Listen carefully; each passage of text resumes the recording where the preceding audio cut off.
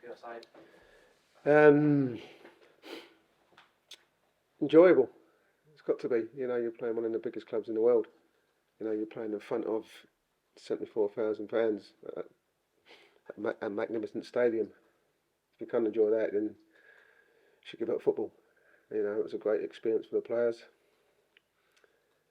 It was one of those really. It was kind of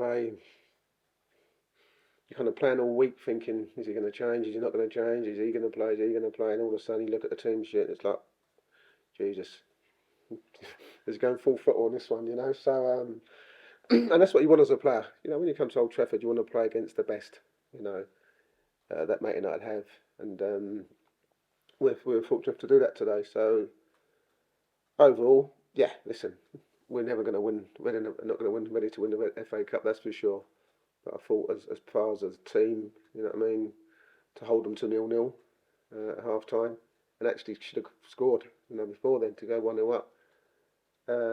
Gave us a lot of confidence. So, yeah, we've got to take pride in that. We've got to take positivity in that, and use that confidence to go into the games in the Championship, which is obviously more important than what we have tonight.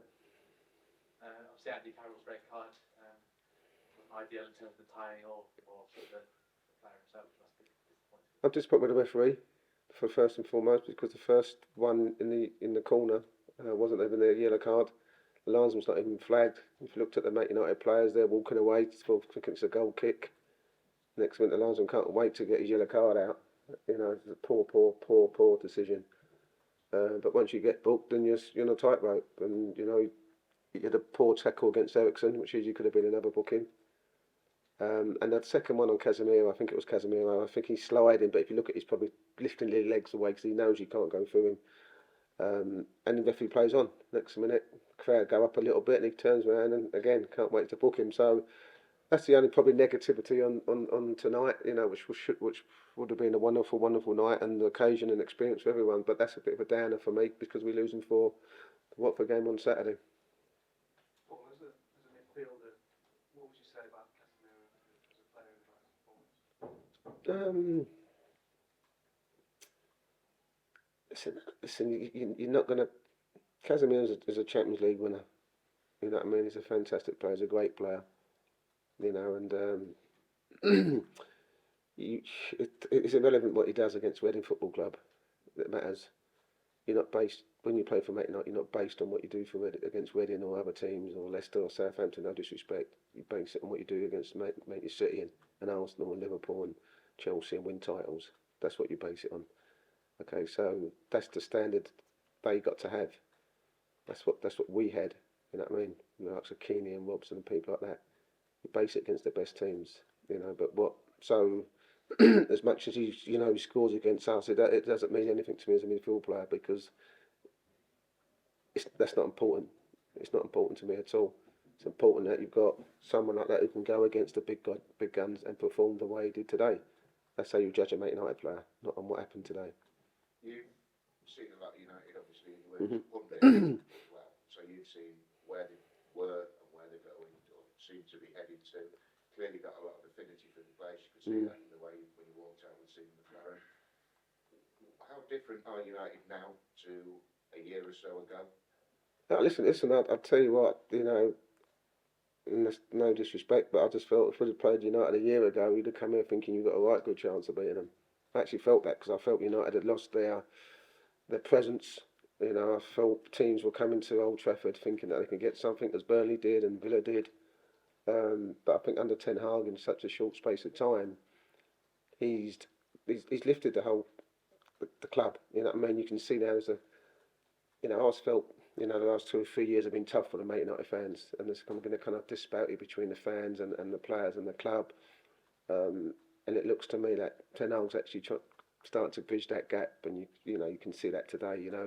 The fans are buying into what's going on at the club. Yes, it's going to take time, but they are starting to get a presence about them. And that's important because if you go back to the Fergie years, that's what it was, having the presence and the quality of players. And it might take 2 or 3 years. We've seen that against Manchester City, even though they beat Manchester City, they kind of sat back. We wouldn't have done it in our time, but they're not quite there yet. But he seems to really got the club in the right position it should be to go forward, and it's his way. It looks like he's doing all the things. There's no stuff coming out about players this, players that, fragmentation in the changing room. They all look like they're all pulling together, and that's really important. So I'm pleased. I'm really pleased as a Man United player to see, hopefully the future looking bright. Well, the last manager there who did anything like that was Fergie, wasn't it? Mm. No disrespect to the others. Mm. He's had that level of control and respect and discipline. Yeah, listen, I think, you look at I think for David Moyes, you didn't really have enough time, David Moyes, to stamp his authority onto it. But, I think as a manager, I think the problem sometimes you have is that you, this head coach title, when you're governed by other people and there's too many people involved. But I think the Ten Hag, he knows what he wants. Even before he came, he sat down and said, we'd have to do it this way, that way. And everyone's buying on board, and you have to buy on board with these type of things. So, yeah, listen, there's a long way to go, and I'm sure that there's a lot more money to be spent. But I'm definitely pleased to see where United are going at this moment of time. Did you say that too then at the end? No, not that long. Bloody hell, I was only talking for 10 seconds. No, listen, I just said to him, listen, all the best. I said, you're doing a very good job, and I wish you luck in the 5th round. And as simple as that. Or you won the League Cup and the FA Cup, I think, with United. Can United go on and do that this year? Any reason why not? No, listen, I mean, you'd like to think in the final already after beating Forest 3-0. And listen, United have to be winning trophies. It's 6 years since they've not won a trophy. That's not good for a United team anyway. So they have to win something. And the fans have always been brought up on winning something, whether it's a league or, FA Cup or League Cup. So it'd be nice, for Ten Hag in his first year to pick up some silverware. He's got a great opportunity now in the Carroll Cup. Obviously, the FA Cup depends who you get drawn, but if United play the way they have been, there's no reason why they can't. Sorry, but Jay Lumbley, was he injured, or what was the story behind him coming up? I found it a difficult decision, today, because I just think sometimes when you look at the bigger clubs, and they kind of they have an FA Cup goalkeeper, and a League Cup goalkeeper, and whatever. So, and I thought Dino played well against Watford, and it was a kind of tough decision whether to keep Dino or play Joe. But obviously the quality that we had tonight was obviously a lot better than we had against Watford, no disrespect.